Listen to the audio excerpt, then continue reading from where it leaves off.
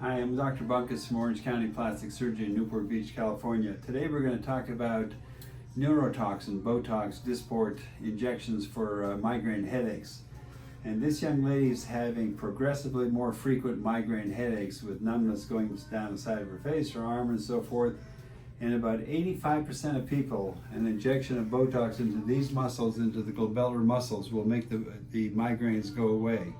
The only way you can find out if it will work is to try it.